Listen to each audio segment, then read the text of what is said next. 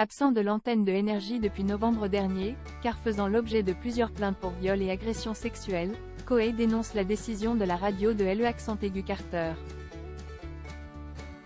Une audience s'est tenue au tribunal de commerce de Paris ce 18 mars.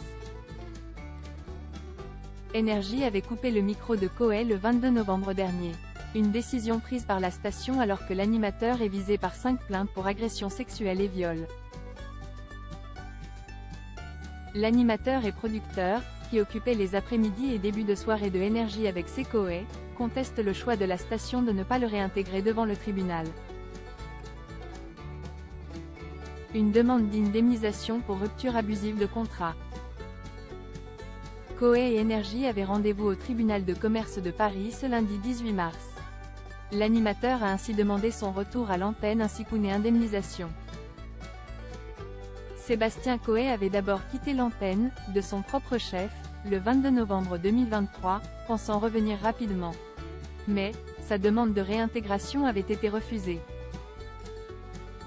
Devant le tribunal, son avocat, Frédéric Lamoureux, a expliqué que l'animateur avait dû se séparer des 24 salariés avec qui il travaillait sur cette émission via sa société de production BeAware Group.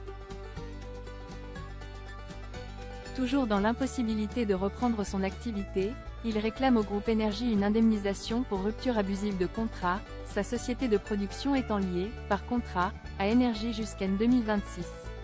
Un contrat des 1,5 million d'euros par an. L'assignation de Koé a ainsi été examinée pendant plus de 2 heures ce 18 mars, comme le relate BFM TV. De son côté, l'avocat de Énergie, Thierry Marambert, a notamment fait valoir des annonceurs menaçant de déserter la radio si Sébastien Koé était maintenu à l'antenne. La décision de la justice sera rendue le 7 mai prochain. Koé assurait 44% de l'audience de Énergie. Louis, qui le remplace désormais sur la tranche 15h-19h, ne fait pas moins bien.